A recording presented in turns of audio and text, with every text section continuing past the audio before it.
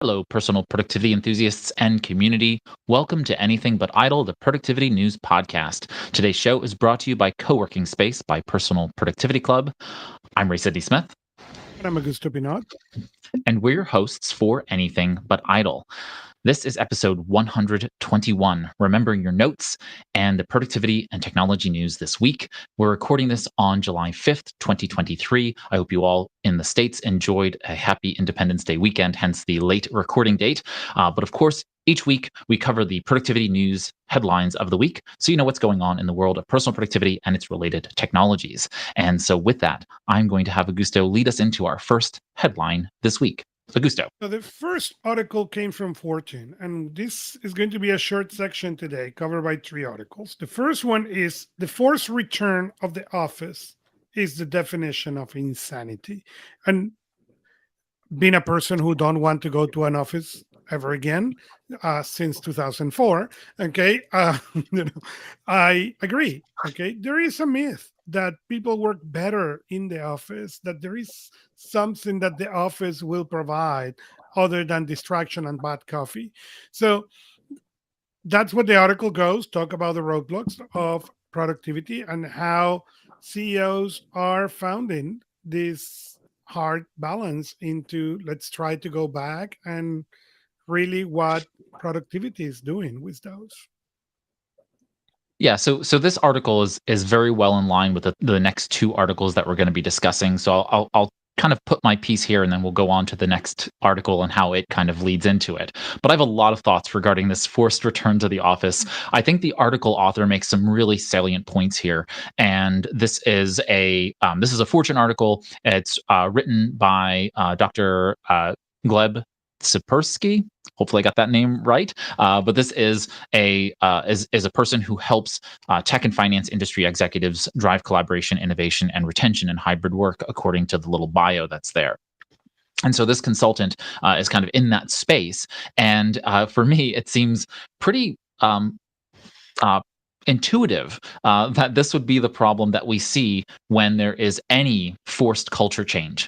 So we had this impressed upon us, right? We were forced into a culture change by virtue of the combination of the COVID-19 pandemic and many other issues as we came out of it. And so people were in this hybrid and remote environment, and here we are now on the other side of that with people who are basically overworking to a great extent. We saw a lot of people during the pandemic worried about their job, and so they were working many more hours than they probably needed to. They were overworking this high level of productivity, and of course that it wasn't sustainable. And so we're coming out of that, and of course, I think managers who just believe that they have to have people in person are causing this kind of problem. What I really liked was how the author talked about this Gallup study and how coming out of the pandemic, this Gallup this is the State of Global Workplace 2023 report, and it talks about what people really are feeling and needing in light of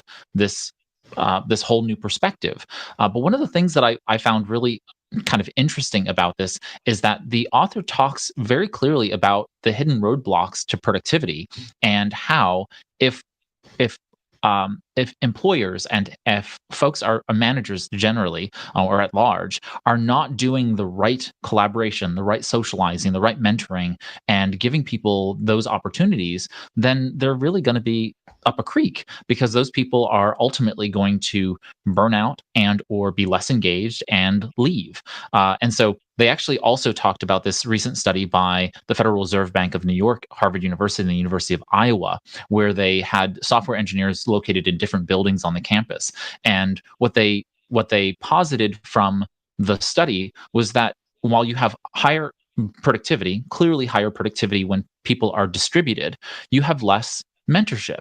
And you and I have talked about this consistently, which is that, we need to have different and better ways of being able to elevate and to mentor and to guide new members of the workforce, right? We need to be able to help them in some way, shape, or form. There are ways to do that remotely. They And are. And, one of the problems is we are assuming that these people want to be mentored in this way that we were mentored many years ago. And these people is different. I don't do as many coaching on business as I do with families. And one of the things that I laugh very often with my clients is how to communicate with your kids. "Well, what do you mean? I call them and I want them to pick the phone." And so you understand that concept application your kid do not understand his phone has is capable of. They understand text. They understand Snap. They understand other things. Phone call, they don't. Video call, maybe. Phone call, they don't. So when you call and expect that call back as a parent, that is not going to happen. Why? Because the client doesn't understand it. The kid can relate. If I call my kids 11 and 15, okay, sorry, they understand video calls. They understand you're FaceTiming them. If I dial the phone, okay, it's annoying for them. They don't understand why even you want to call without seeing, why you didn't text. And it is the same thing for many of these people entering the workforce. They work in a different way. Not good, not bad, different. And the mentoring to be effective really need to be adapted to that. This is people who use technology and are much more comfortable with technology than many of the people who are doing that mentoring. Yeah, absolutely. So, as this article notes, when you force people back into the office, employee engagement is the thing that suffers, especially those people who want to continue working remotely. And so we can have structured mentoring that is in a hybrid model where you're not forcing people to come back into the office all the time. And again, this is all fairly new. We still have a lot of culture to Mhm. shake out. Culture is to organizations as habits are to individuals. They are slow to be created, and once they're created, they are tough to break. So it really takes time for people to be able to get used to some of these things. And so I think that this preliminary research, I think these studies are very interesting to watch because it gives us some sense of it. And again, a lot of this is really intuitive. That productivity would increase as people are not forced into, having to have their time taken up by chit chat and other kinds of things happening around them. People are generally self-directed in their positions, and the other side is that employee engagement is going to obviously be lower because they're not consistently interacting with each other. That's probably where the productivity increases are coming from. But we also have to we have to structure that level of mentorship, of that employee engagement, so that we do have a culture that is retained by virtue of this remote or distributed work environment. And with that, let's continue on the subject of remote work in our next article, Augusto. So, since you probably mispronounced our first article, I'm going to say that the second article is written by Aki Ito, so I get the responsibility of butcher the second one. But it's Business Insider, and it's in the war of remote work. Companies are turning full-time jobs into low-paying gigs. And yeah, we can argue about how these corporations are getting more temp people and more outsourced people for do these jobs and more independent contractors. And there are a couple of myths that are good to dispel. One is independent contractors are more expensive than full-time employees in most organizations. They are not cheaper. The advantage that give to the organization is flexibility. That's it. It's not a cost issue, it's a flexibility issue. When you are your employee, if you need to replace that person, there is a complex process. An independent contractor, you can end up a contract right there. So people need to understand these things. Yes, there is a hidden reaction to remote work, as the article said, part-time employees, independent contractors, but also we are ignoring in this case that there is not everybody who wants to do the full-time employee, who is fine into the independent contractor work, into the temp, into the off, being able to work now with a company that is in Europe, okay, being here from the United States or the other way around. So one of the things that all these things did was that all these things that were happening underground, hey, independent contractors outsourcing, okay, offshoring, that was happening before the pandemic, but it was hidden. Nobody was talking about it. Now that all came to light, and there is many companies and many people shocked by it. The reality is, no, there is not. I don't think companies are turning full time jobs into low paying gigs. Companies are evolving jobs. Some of them are going to be smaller things that they're going to pay less. And some of those are going to be things that can be done in a better way. The question is, how are you ready to evolve, to use your skills and translate that into the way you want to work and live? That point of the article says, well, people is losing the benefits of the W2. Well, most likely the benefit of the W2 are dead anyways. It's a matter of when, not a matter of if. So many of these people may be ahead of the curve and figure it out how they can make it differently. Yeah, I come at it with a slightly different perspective for folks to kind of consider, and I agree with everything that Augusto said. And the other perspective is for the small business entrepreneur who is a service based business that is providing these kinds of services to others. Right, they now have greater competition, and because more and more basically gig workers, side hustlers are coming onto the market because they have that capability. Plus, FTEs, full-time employees, are now being shifted into this gig work and or this gigified economy. That creates a number of problems here in the United States and probably globally. But I'll focus on the states issues, which is that we here in the United States have a bunch of benefits that are tied to our primary employment. One is our tax basis, right? Our tax basis is tied to our full-time employment status as a W-2 employee. When we're 1099 contractor, we're being taxed higher because the employer in essence is paying part of that payroll tax to the federal government on your behalf. There's also things like retirement benefits. Those are usually strictly tied to them. You're usually getting benefits from the employer, whether that's a 401k or some kind of SEP IRA program or something like that. You're paying as a small business entrepreneur into your own IRA, or you're paying on behalf of your employees. And then, of course, healthcare. Healthcare is usually directly tied to your FTE status, and you're a part of that group benefit policy. Sometimes you're also getting long-term disability, short-term disability policies, so that if you do go into some kind of,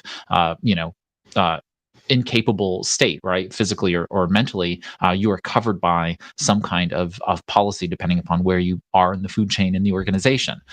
All of those things go away when you're a gig worker, and we need to figure out as a global workforce how to deal with those issues. People need some kind of safety net. This is not the wild wild west. It's 2023, and so there is this reality here that we all have to kind of come to terms with. Do we want a traditional work environment, or do we have a government that's going to step in and provide some of those things, whether at cost or otherwise, to be able to provide those things?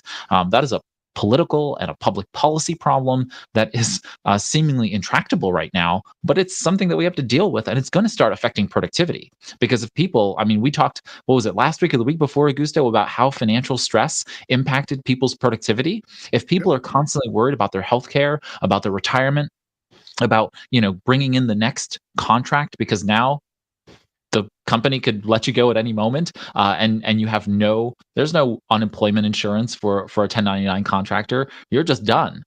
When all of those financial stresses start to compound on people, even when someone is getting a lot of contracts all the time, there's still that financial stress involved, because you're basically a self-employed individual. That financial stress is going to compound and ultimately hurt productivity across the entire labor market. So just be mindful of that as we move forward. If you are in a position of leadership, if you're an executive, start thinking about how you're going to handle employer-based health insurance for your folks, especially if you're a small business and all of a sudden you go, say you had 8 employees and then you go to 3 because you decided that you could save some money. Well, guess what? Your group health insurance policy may or may not want to cover only 3 people, right? So you may need a requisite number of people to even have a group policy.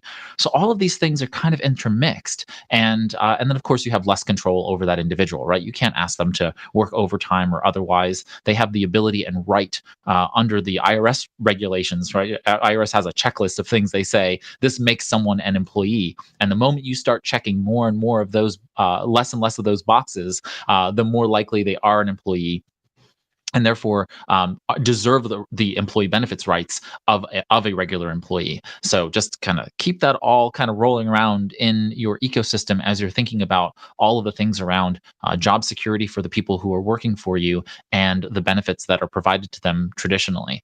I consistently say this. An organization's most precious asset are its people, and so treating them like a disposable commodity is not going to get you the best performance out of those people. And I think that's something that we all have to kind of keep in mind as we move forward in this very tenuous, back and forth between that which is the gig economy and the traditional work economy.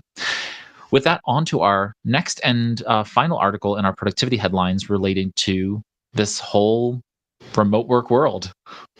As we have discussed multiple times during this show, about the phenomenon called quiet quitting, where people stop, doing the minimum to stay the job and keep the salary. Now, what they're describing is that frustrated employees are loud quitting. That, I was a little confused because loud quitting I thought was what people used to quit before. But okay, let's call it something new.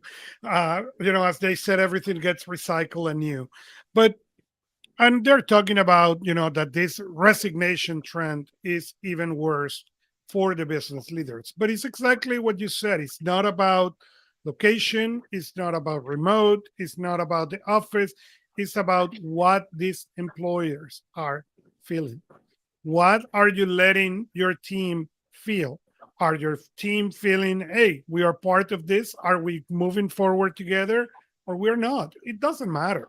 If you are a gig, an independent contractor, or a W-2. What matters really is how they feel. When people feel fair, contributing, and moving forward, there is no quiet or loud quitting. Loud and quiet quitting happen when something on the organization broke.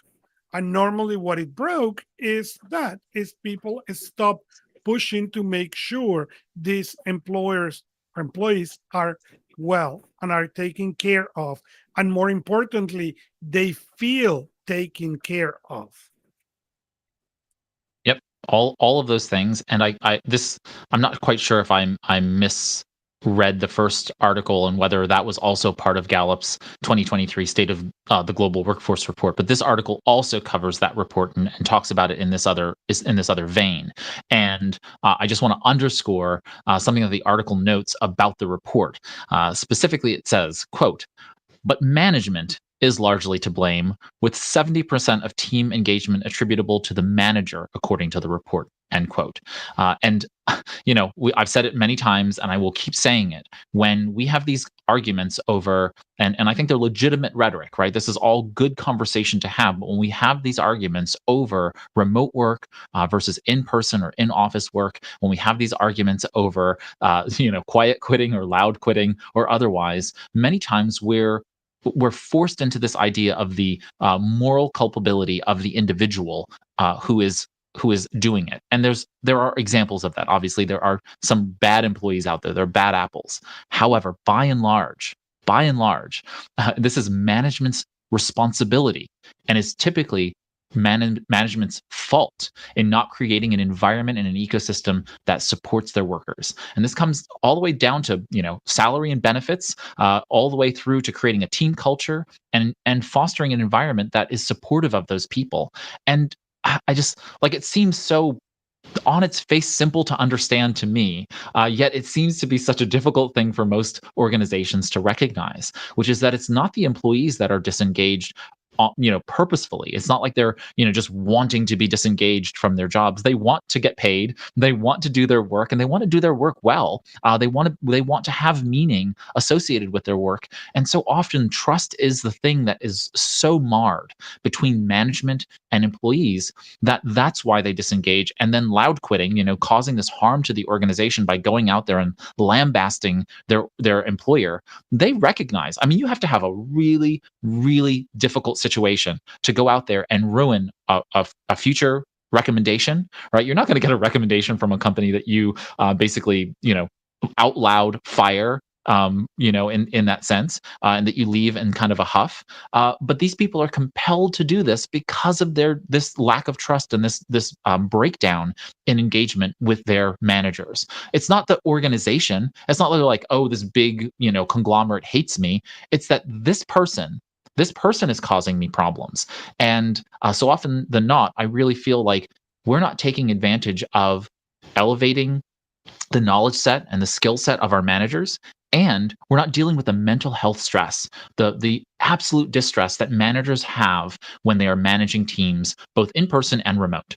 Right, we need to be able to give professional development to managers because bad managers create bad teams, but also there's a high level of stress with managing people. I know it. I got the gray hair to prove it.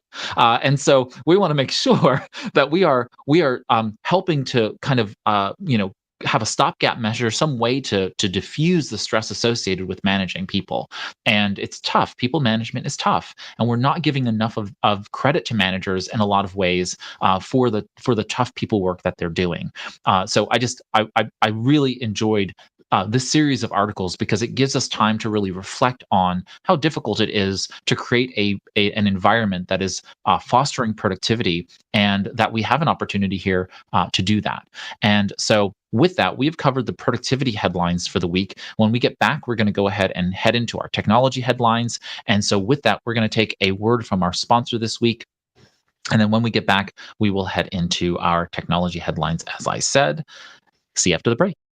While working in person may be normal for you, it's unlikely your coworkers are as interested in being productive as you are. Or working remotely or from home can be isolating, and there's something powerful about being with productive people, even virtually, that helps you be more engaged. If a flavor of these sounds familiar, Co-working Space by Personal Productivity Club is for you. Co-working Space is a virtual work community designed to help members be more effective and efficient in their work and personal lives. At its core, we provide goal tracking and host focused action sessions throughout the week for accountability and camaraderie. Visit anythingbutidle.com/coworking to learn more. Co-working Space lives inside Personal Productivity Club, a digital community for personal productivity enthusiasts, so you can find people who use methods and tools you do too.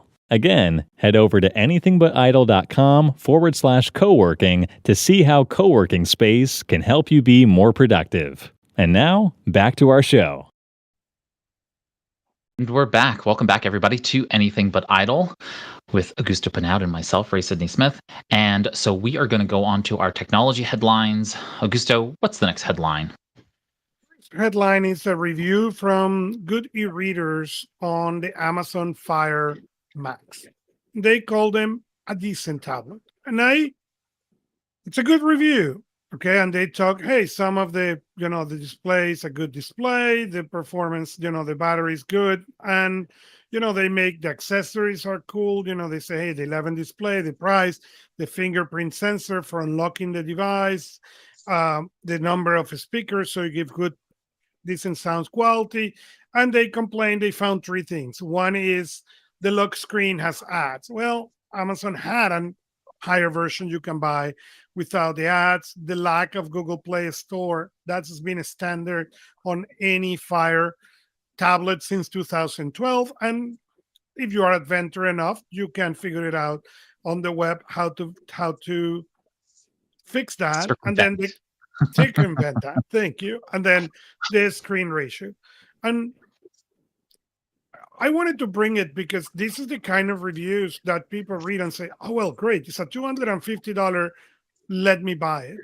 And there are two things that are important to remember. Yes, this is a $250, but it's a device that is designed to be upgraded consistently. This is not a device that you're going to buy and keep it 3 or 4 years. Amazon has no interest into this. They will come 24 or 25 with the next 11-inch, and they want you to upgrade. And they make it in that way. And I'm not criticizing Amazon. That is their model. Their model is they bring a very cheap tablet that you can consistently upgrade and buy new one and buying products through them. So be aware of that as you read these reviews and consider this tablet. Is this tablet decent? Yes. It's going to last you 3 years? No. So be aware of that. Absolutely. All right, on to our next article. So our next article is Onyx. Onyx do a tablet called the Boox, the Boox, and they launch a new Pocket PC one that has the pencil very similar to the Nova Air C that we have reviewed and I have talked about it. The specs are very, very similar, except that they add something on the bottom like the iPhone where you can put now some applications that I'm very, very, very jealous because mine do not do that. So, but this is another tablet, another thing. But remember, this is when people ask me, "Oh well, you use that tablet?" No, no, no, no, no. This is and Kindle in asteroids. Okay, it's better. It's better than a Kindle. Yes. It's faster than a Kindle. Yes. It allows me to install applications. Yes. It a substitute for a tablet. No. So if you are looking for a more powerful, then this is an option. If you are not, if you are looking for a tablet, this may not be the option you are looking for. Yeah, I think that again, the article actually tries to compare it to the Kindle Scribe or the Remarkable 2 tablets. I don't think that that's an appropriate. I think in functionality, I suppose, but certainly not in quality of the experience. This is in essence, it's running Android, right? This is an Android Yes. device. Yeah, so it's running Android. I think that it has a pretty good set of specs. I wasn't actually disapproving of the specs. I do like the fact that it's a color tool.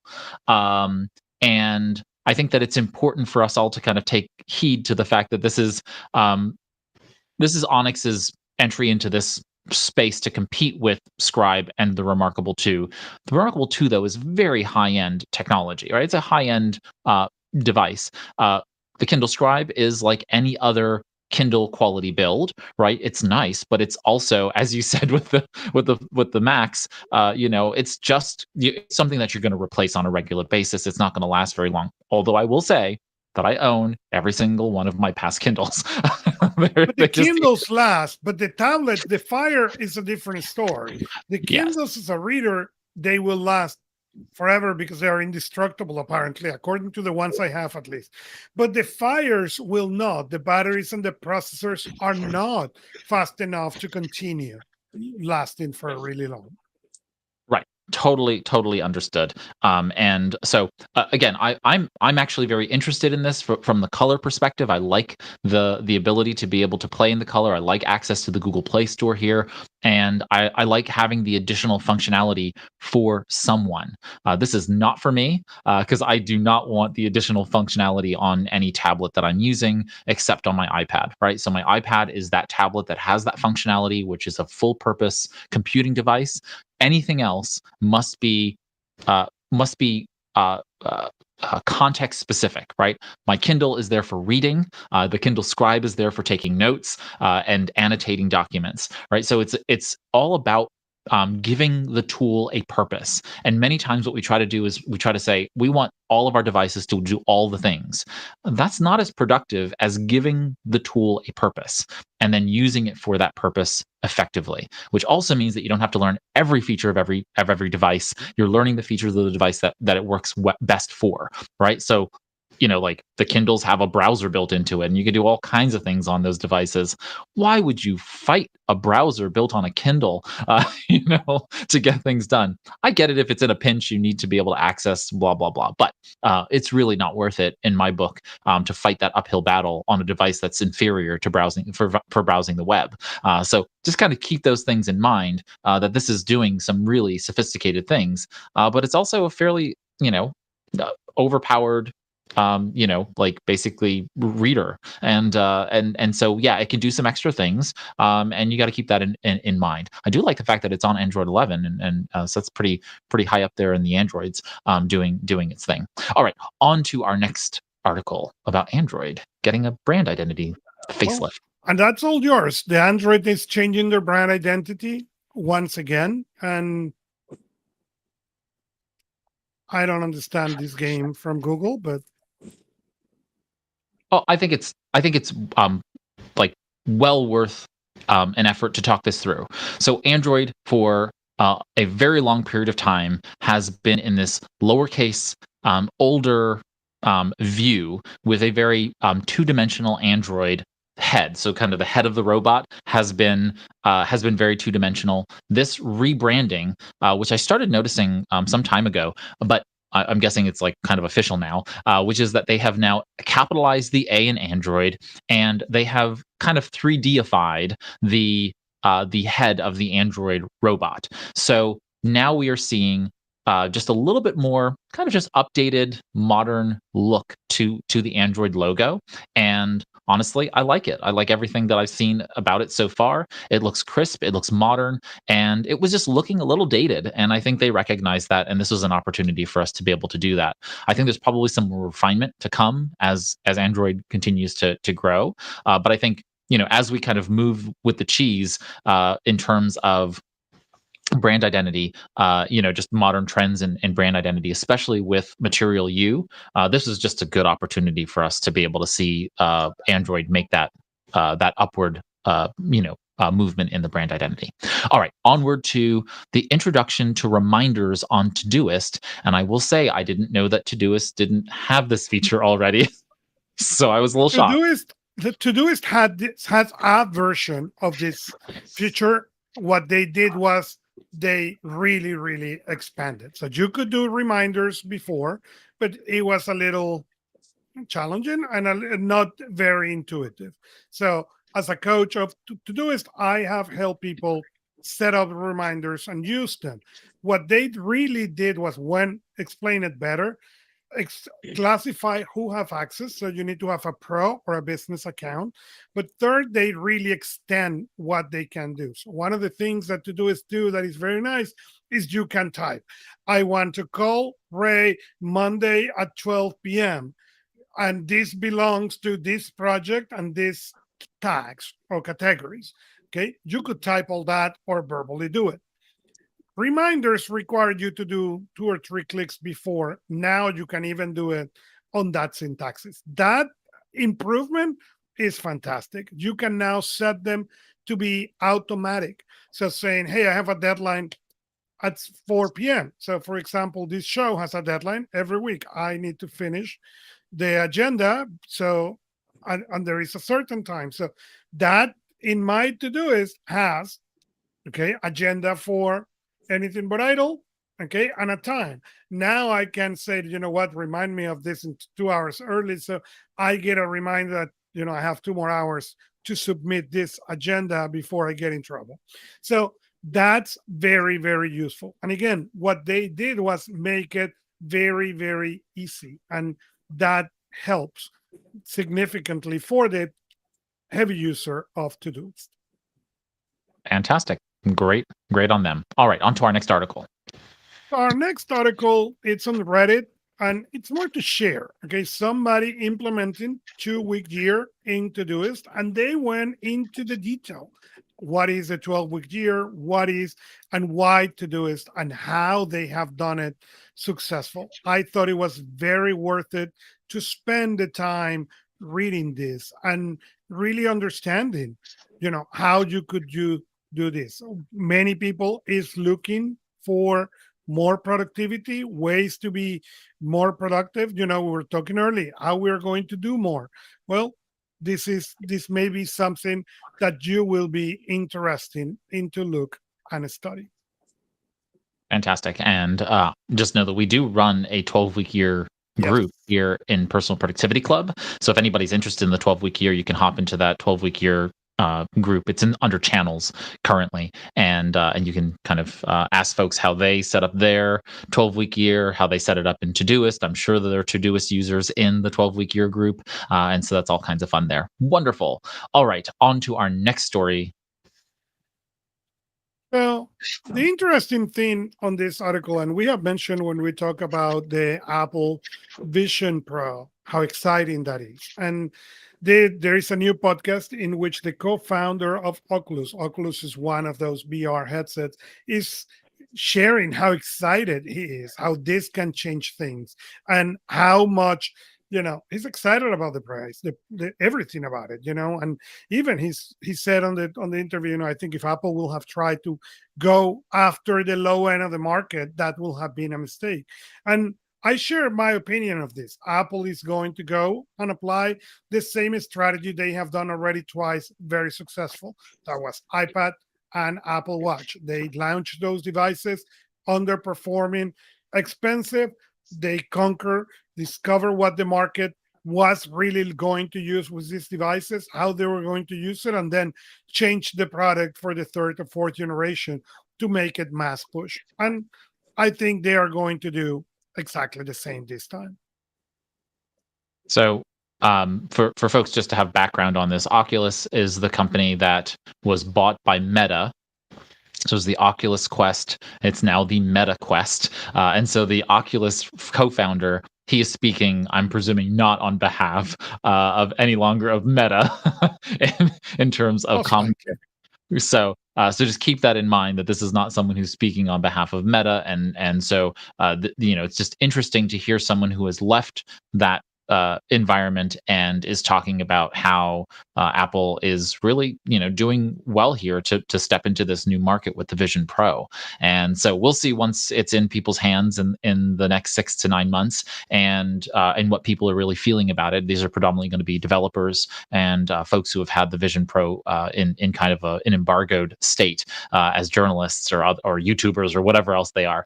And so it's going to be very interesting to watch that whole kind of market unfold, and what Apple really has envisioned for Vision Pro ultimately, because penultimately they have been talking about productivity, right, and really focusing on productivity. All of the other headsets have been focused on entertainment, specifically in the gaming, in the gaming field. So how are they going to navigate those waters, and will they shift to gaming because that's going to be somewhere that they can find immediate traction, or will it be both, right? And go Apple Arcade, have Arcade available, plus these productivity applications as well. So it's going to be pretty interesting to watch this develop and go from there. All right, on to our next story, Augusto. So Apple glasses, according to 9 to 5 Mac and Android Central, is not going to face competition right now for Google. Google has announced that they're canceling the Iris smart glasses. And I'm sad about it because I really want to see competition. And I was hoping Samsung or Google will be that competition, but it may be later. Who knows? Yeah, so Google Glass obviously didn't make a huge Google Glass made a huge impact, I think, on the industry, in the sense that it came too soon.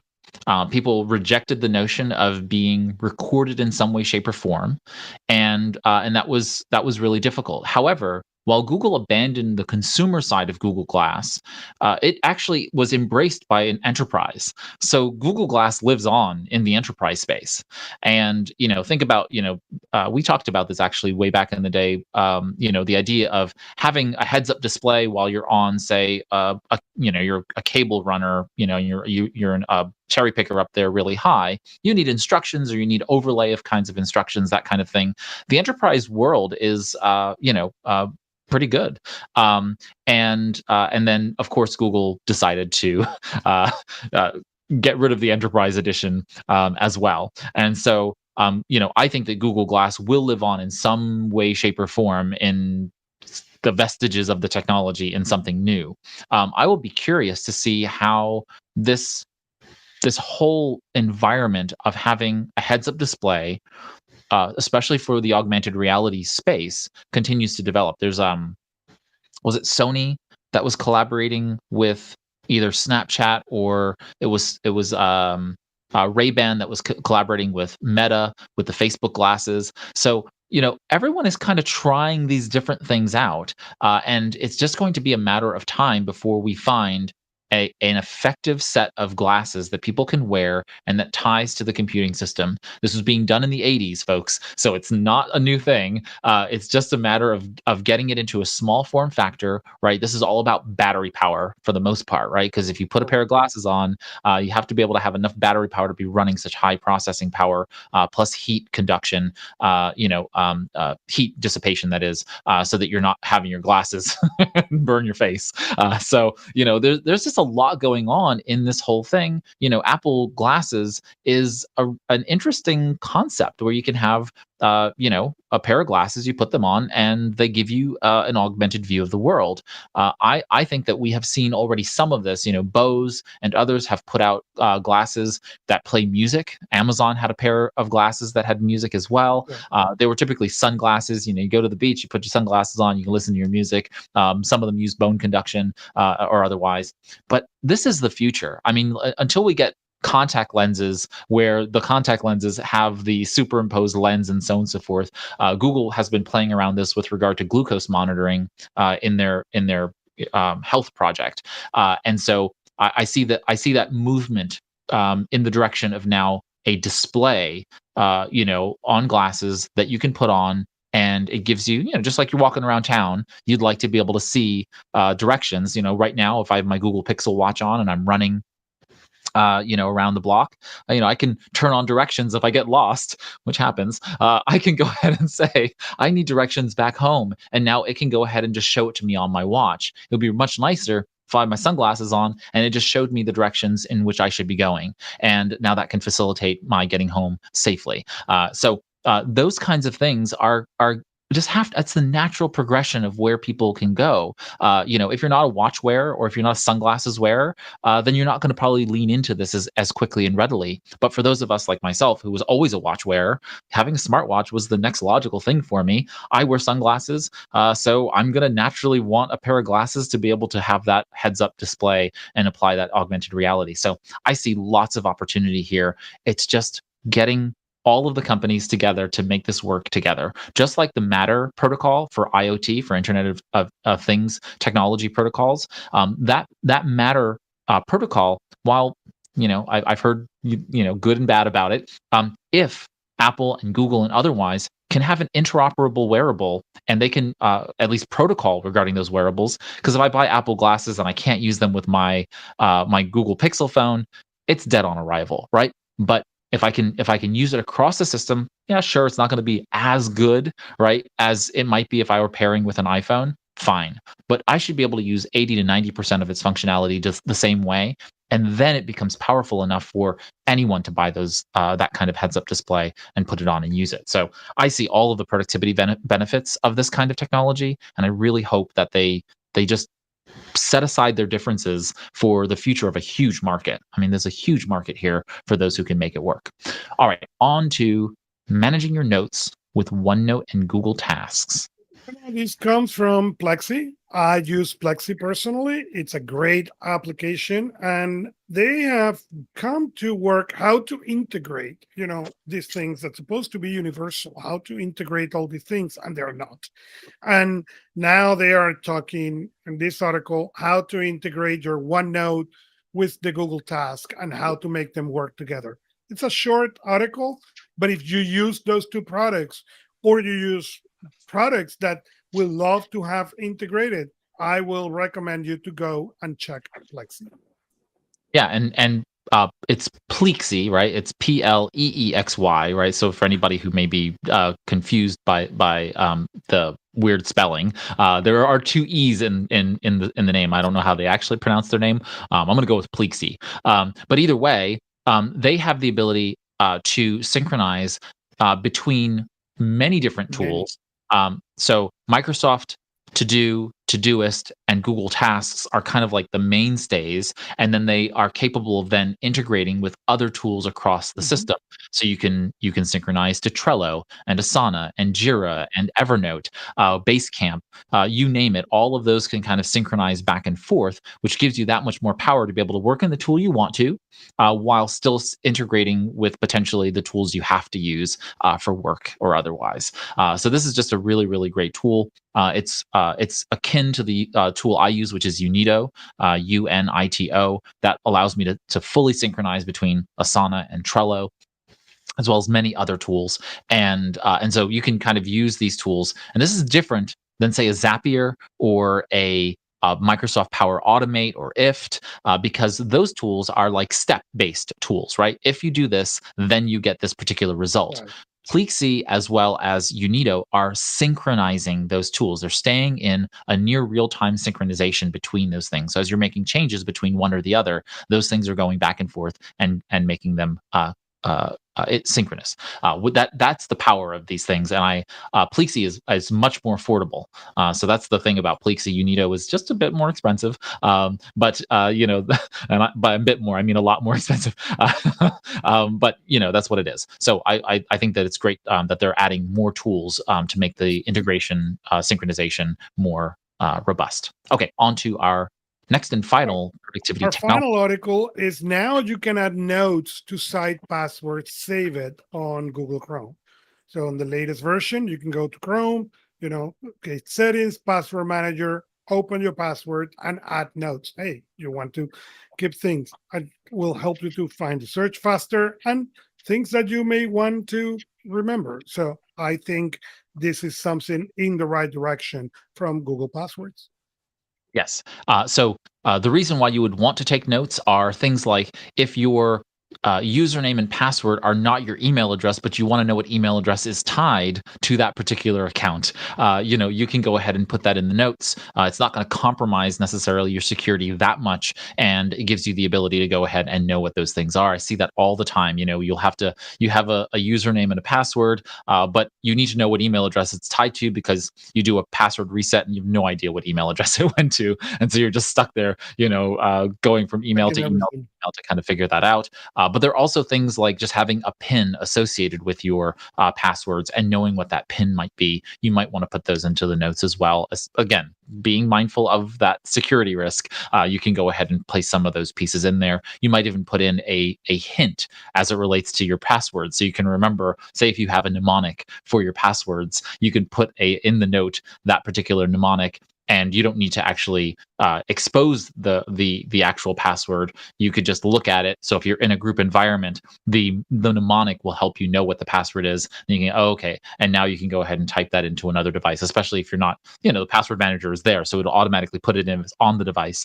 But if you're trying to put it in on your phone and you don't have access to your Chrome browser, say it's a brand new install, you can use that mnemonic to go ahead and remember the password and so on and so forth. So you have lots of really good options for that. All right, that closes out our productivity technology headlines for this week and moves us into new tools of the week. Augusto and I, of course, come across many personal development, time, task, project management, and productivity collaboration tools and services each week. Some of them we use, some of them just stand out because they're interesting. And so here in New Tools of the Week, we each bring you a tool we think you might like. And so this week, I am going to talk about two different tools, but in a different way. So the tool I'm recommending primarily is called Glasp. And Glasp is a tool that I've been looking for a very long time. Glasp is basically a highlighting tool and an annotation tool for the web. And this is in line with another tool that I have been using for quite some time called Hypothesis. And there are kind of two pieces to Hypothesis that I really like. But let me talk about Glasp first. So what Glasp allows you to do is you install a Chrome extension. Unfortunately, this is not a desktop application. I really, really wish this was a desktop application, but it's not. So it's fixed into the web browser, whether that be any Chromium-based browser or Apple Safari. And what you do now is you can go ahead and highlight any text that appears in a web page. You can highlight it a specific color, and they give you a selection of colors. And you can also add notes to that highlighted text. So think how you have a Kindle, right? You highlight a part of the Kindle. You go ahead and add a color if you're using a Kindle app as opposed to one of the Kindles that are black and white. And you can go ahead and apply color. You can also apply a note. You can comment on that particular item, and then you can go ahead and export those highlights. So say, for example, I go through an article for today's Anything But Idle. I will then be able to see all my highlights within the article exhume them, right? Extract them from the document, the web page immediately from the article, and copy them into their own note in Evernote or OneNote or wherever I want to. And now it's in that space. It's inside that note, and it's just the highlighted things plus my comments associated with it and sourcing back to each of those items. So I'm capable of clicking on a link and being taken directly back to that thing. You can create a portal where you have all of your various comments, highlights, and notes, and you can share them with other people. So Glasp is a really, really powerful tool. It allows you to do this with YouTube videos. You can do this in many, many other tools. So you can kind of do that. It has a direct integration also with Readwise, which is kind of like the ability to synchronize all of your various notes when you're reading across different environments like Kindle or otherwise. So I'm really pleased with Glasp so far. And I'll just add a side note to this, which is the reason why I like Hypothesis. Hypothesis allows you to basically implement this kind of highlight. So if you know Medium and how medium.com, you go to Medium and you can highlight something and just apply an annotation directly in line within the text. Hypothesis has a function for adding that to your website if you have a WordPress website. So you could just install that WordPress plugin, and now someone can visit your website, they can highlight text and leave a comment directly on the text that they've highlighted, which is really freaking cool. And so it just gives you that ability to have that level of inline conversation with people and knowing the parts of your content that are actually relevant to the reader, right? Because if they're highlighting that specific text, you know a lot more about what they're talking about than them going down to the bottom of the page and typing a comment that is maybe quoting, maybe not quoting the text that you are that's relevant to their comment. So Glasp and Hypothesis, I'll put links to those in the show notes, of course, so you'll be able to access them. But the Hypothesis plugin that you can implement on your website is just really powerful as well. Augusto, what is your tool this week? My tool this week, it may not be a new tool. It's Nusby and the productivity tool. I'm one of their certified experts. So I spent a lot of time talking about Nusby. But the reason Nusby came was because Michael published an article talking about the article titled Nusby, a trusted productivity system for life. And regardless of the application, what I'd like to highlight is this article, because as much as I believe Nusby is great, really, this is the article brings what I think most people should look into productivity. Are you bring them or building a trusted productivity for life? Or are you playing with the next app? And, I remember when I began in the world of productivity some months ago, I remember people saying, well, when you find that system, you will not change it. And it's true. My system, it's been very, very stable. I begin OmniFocus and I move it to Todoist. And even as a certified expert, there are some things that lives in there. It must be many things lives in Todoist. Today, nothing lives in Omni, but I still teach the three of them. And what I help people to do is to build that trusted system. Doesn't matter. You can blow my thing and I will be able to move my system to the next application and build it exactly the same way. And I think that's one thing that Nusby do incredibly, incredibly well. So my advice, go and read that article quickly and get a little more into what that means. Fantastic. And we'll put a link to Nusby in the show notes as well. So with that, let's go on to our featured story of the week. This week, we're talking about how to remember what you type with digital note-taking. Augusto, what did you think about the article?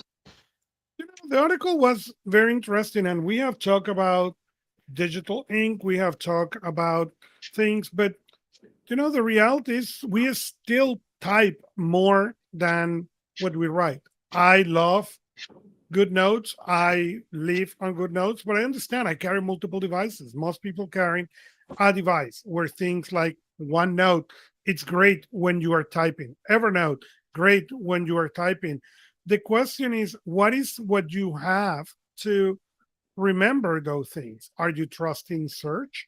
Because if you're trusting search, you may be in trouble if you use different terminologies. How are you going to remember what it is? Are you typing and processing? What is what you're using? I thought it was a good article to remind people that it's not only the content, is not only capture and created, it's also how you're going to retrieve it. Yeah, so the article actually walks through some techniques for being able to help you remember what you type. The first thing, though, that it recommends is the idea that you can go ahead and capture uh, handwritten notes digitally, right? Just taking a photograph of your notes, and it uses Evernote as its specific example. And obviously, you all know that I'm an Evernote certified expert, but you could do this just on your phone, right? You could literally just take a photo with your phone. Both Android and iOS have an ability to extract text from images. So you don't need an exterior tool to basically lift the text from handwritten notes, which means that you then have the ability to move that OCR text to wherever you want to be able to place them, so you get the benefit of those things. Now, I have a working hypothesis. It is a hypothesis, not a theory, but a working hypothesis that the whole reason why some of these social studies that have come out have shown that people, quote unquote, learn better or retain more from handwriting versus with typing is purely concentration, right? If you're typing, you are less engaged with the material. There's less time being dwelled on what you're writing, right? Because you're putting more effort into the writing process. However, I think that as new generations come onto technology, you're going to see more and more students who are dwelling on the material that they are typing, and therefore you will get the same level of retention and capability. What I'm really concerned about, though, is the fact that students can now just like click a recorder, right? You turn on your voice memos app or Google Recorder, and you can audio record and transcribe the entire lecture. Many times, professors are already doing that and providing that in a portal. So kids are less likely to take notes, and therefore they're less likely to learn a very, very powerful skill, a skill set really, that is necessary for being out there in the world and being successful as a professional. That being the case, if we can digitize our notes, we get a central source of truth, right? And we want to really get to that place where we have that central source of truth. And then the article basically walks us through different things we can do to better do that level of comprehension, retention, and then our ability to be able to not just retain, but then what do you call it, when you bring it to memory again? Recall? Recall, thank you. Retention and recall. I couldn't recall the word for recall. That's a bad sign.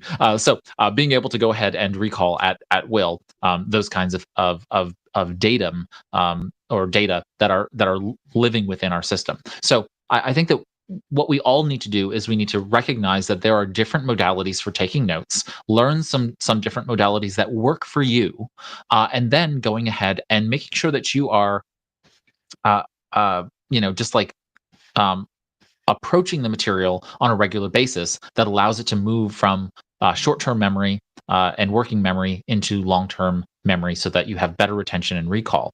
So that can include spaced repetition, where you use some spaced repetition applications like Anki or otherwise that allow you to see the material over and over again on a particular spaced repetition pacing, so that you're capable of remembering the things that you remember and then being reinforced of the things that you don't remember as you are making your way forward. And that gives you the ability to reinforce and strengthen those neural pathways.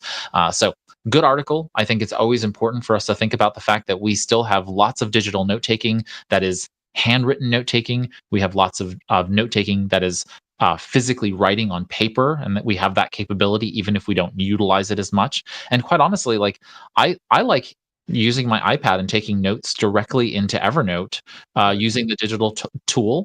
I use GoodNotes as well. I use the Kindle Scribe. So I take notes in handwriting in a lot of different environments for very differing reasons. All right. So if somebody's going to give me a document that I'm going to need to mark up and then show them, I'm likely going to use the Kindle Scribe, not because the iPad or Evernote can't do it, but because it's a little less daunting for that individual, right? If you put an iPad in front of them, they think about all of the other things they could do on that iPad and all the other things that I could be doing on that iPad. But because it's a very limited device, it's just like, no, it's just a document that happens to be digital, and we're going to look at it together. And that really helps reduce some of that immediate kind of response that some people have to touching an overpowered device, right? A powerful device. So I think the dumber the device for its purpose, the better, and it just makes it for a much easier experience. And that just may be with an older audience. You may not have any of that response to a younger audience that's much more used to a tablet being in front of them and working in that environment. So, any final thoughts, Augusto? Yeah, no, I don't have any more thoughts with our story of the week. The only thing I want to add is there is an article in our notes, put it as what I reading and enjoying. It's an article from Paul Graham. It's a long article called How to Do Great Work. And it's something that I found last week. And I've been sending to a bunch of people, especially young people, because it's a fantastic description of what we should have been, somebody should have shared with us many years back. So I just want to leave the link in there. And if you have a time, go and enjoy it. Yes, and when you do read it, understand that Paul Graham is explicating an interesting perspective for being able to find how to do great work. He gives some recommendations. The one area where I feel like you may struggle is, of course, where he talks about the idea of finding that thing that you may want to work on, right? That thing that you want to do great work about, and how difficult and challenging that particular task is.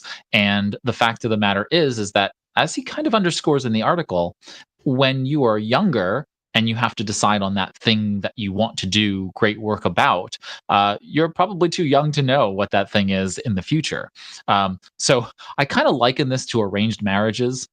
For whether you like the idea or not, arranged marriages typically work out. Whether that's because of the culture in which they typically are enforced or otherwise. When we are given fewer choices, we have a tendency to just fall in line with those choices. And we thrive in those choices. So it's not a bad thing to be thrust into something. So one is really anything is better than nothing, right? So like we talk about in productivity, right? Many times action is always better than inaction, right? Obviously, there are edge cases where inaction, not walking off the cliff, is better than walking off the cliff.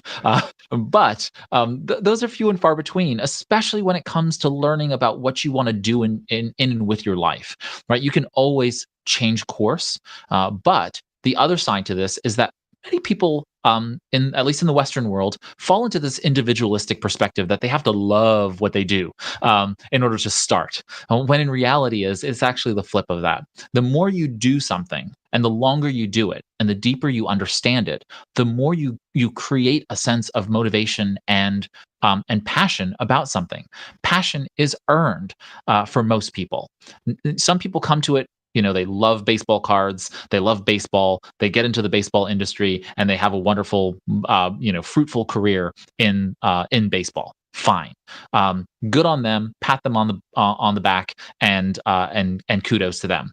For the rest of us, we have to create meaning and passion, and therefore, it is through doing something deeply for a long period of time that actually creates that level of mastery and therefore passion about that thing. So don't get too hung up on the idea that what you're doing is not something that you're passionate about, because the reality is that some small percentage of you will dislike that thing and need to move away from that career, but you'll have learned something, and that learning something is deeply learning about a something, right? And now you can apply that to learning deeply about a something else. And the other side is that for the vast majority of you, you will find passion by virtue of having been with it for an extended period of time. And so that's the piece that I really focused in on in Graham's work. And I felt everything else about it was interesting enough from a how-to perspective, but that piece specifically, I think, is really important for us all to really take to heart, especially if we're young enough to have a first career or a second career, or for many of you who are much younger, you're going to have fourth and fifth careers because folks are just moving between careers more and more. And faster and faster throughout the generations. And so thank you, Augusto. And with that, we have covered the productivity and related technology news for this week. I want to thank you, Augusto, for putting together the show this and every week, and we will see you next week. All right, on to anythingbutidle.com, which is where you will find our show notes, links to all the stories, the new tools of the week, and any extra materials that we have provided for this particular episode. That includes our text transcript, which you can read directly on the page. Just click on the read more link, and then the download PDF, which has the transcript, which you can read offline and listen to along the way. If you go to anythingbutidle.com/121, which is this episode number, you will find these specific show notes. If you're watching the live stream, you have to come back the next day because it's not available right here and now during our live stream. But for those of you who are listening to the podcast episode, it is available, of course, right now.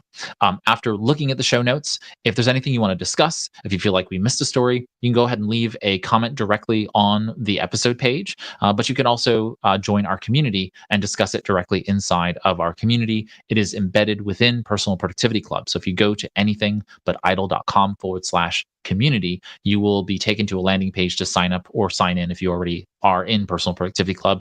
You'll then join our group for Anything But Idle. You can go ahead and discuss with other listeners, but also ask us questions and interact with us in that space. So that's the appropriate space to be able to do that. And so we always enjoy and appreciate the dialogue and so on and so forth. Feel free to subscribe to the podcast or follow it in your podcast app of choice. It's free. It's available when it goes live, and we enjoy the ability to bring that to you each and every week. And so with that, we will see you all next time on Anything But Idle. Here's to your productive life.